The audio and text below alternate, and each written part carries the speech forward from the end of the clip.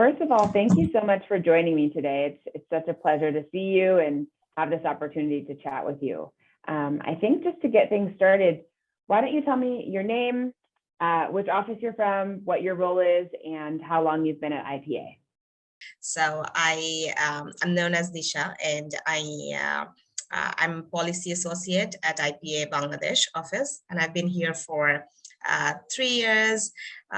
Kind of my role is to sort of navigate among all different projects and to find the policy angles of these projects and communicate the results, or find how the research angles can be better communicated to the policymakers that's useful for the stakeholders of the country, whether they're at private agencies or they are at the public levels, how they can better grasp the research angles of the works. Because what IPA does is very technical in nature, and while it's amazing for the research purposes, for all the professors we work with, all the academicians we work with, but the practitioners, they kind of want to understand the results in a very easy language, in a very lay language, and that's very difficult sometimes to portray. So my job is to find the right balance among the research and the technical jargons, and to translate it to the policymakers, the decision makers, for them to digest it properly. So as you know, we're kind of having conversations with IPA women all around the world to help us celebrate not only International Women's Day, but IPA women in general. And the theme for International Women's Day this year is Break the Bias. What do you think that IPA as an organization is doing to help break down stereotypes and bias against women? I'm going to be very straightforward in this question, because women are not good leaders. Women are not technicals. They don't understand technical words. These are the stereotypes that prevail globally. These are the stereotypes prevailing everywhere, wherever we work, at the national levels, at the global levels, that they are not good leaders, that they are not technical people. They don't understand different terms. They are probably good at organizational tasks. They are good at the desk jobs. IPA is the organization which in nature we collect large volumes of data at the field levels. So we are seeing that our women, they are amazing people. They're going to fields all the time. They are being leaders. They are conducting large scale trainings. They are conducting different and running projects on their own.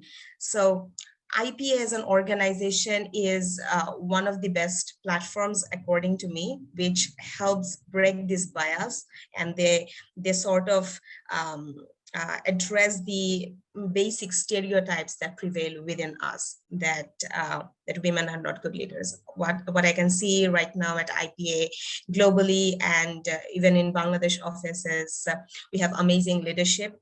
In fact, in IPA Bangladesh, I think more than half of the employees, half of my colleagues are women, and they are hardworking. They're balancing their private lives, their public lives, their work lives. They're maintaining all the ethics that a researcher has to put together, and I think they are amazing people we work with. And I'm very proud of IPA women in general. Thank you.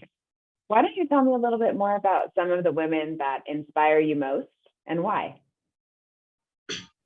Can I answer this question outside of IPA? Absolutely. The IPA women? Yeah.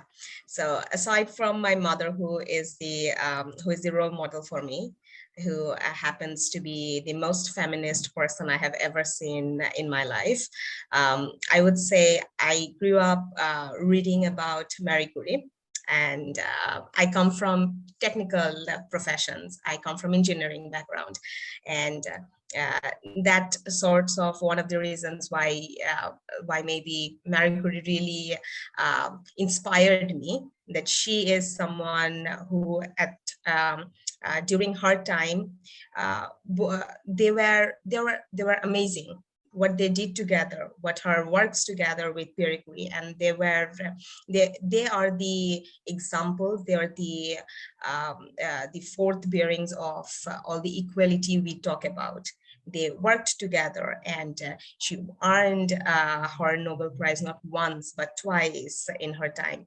And it's amazing what she was able to achieve during that time, and we are still struggling in some of the places, and we still have many of the biases that prevails. I think we all should read about her history, about her struggles, what she has done, what her family has done for the science, for the advancement of today's world, shaping the global science, the chemistry, and all of these places, or these different sectors. And she was amazing. So I grew up really reading about her, and I wanted to be a scientist like her. But then I came to economics, and I thought, oh, let's be a researcher instead. It's all about learning and acquiring knowledge as much as possible in my lifetime. So, so she is one of my inspirations, I would say. Inspiration for all women. But, you know, getting gender parity and making equality for women is not something that we can do on our own. What role do you think men play in helping create gender equity around the world? Men and women, we move side by side. So without the active participation of one part of the society, the other can't function well. So we need to advance together. We need to move together. And men in general, if I take the example of my colleagues inside IPA, we are growing together, we are learning together, we understand, we share problems of one project, and we implement that to another project. We understand what's going on, and we never think outside that this is a men's job, this is a women's job. We in general are taking the leadership out there. We have amazing women leadership in the office, and that's also true outside of the office. So it's in general, men has to be the, since they are moving together, since they are already in the advancement. So, and women are at the backs, and we are talking about gender equality, we are talking about gender equity. So men has a great role to play to pull the other part of the society for us to work together. Because we have historically women where women are lagging behind, and if the other part, which is already at the they are before us in the race, if they don't wait for us, it's like a relay race. If they don't wait for us, if we don't work together, then advancement and progress of the society and knowledge is not possible. Any last things you wanted to share with me? I think IPA in general, we are learning.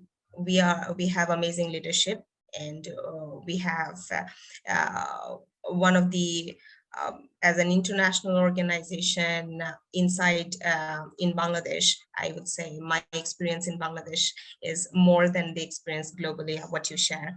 So in Bangladesh, when I talk with my friends, it's mostly they face a lot of problems in their workplace, but some of the problems that are not prevailing in IPA office. So I'm really proud of my colleagues. I'm really proud at what we are doing together. And we are, most importantly, we are remaining human. We are keeping each other as human, and we are not thinking each other as that this is International Women's Day and we have to put something extra to them. It's more like we need equality together. So I think that's that. All the best. Thank you so much. It was a pleasure chatting with you today.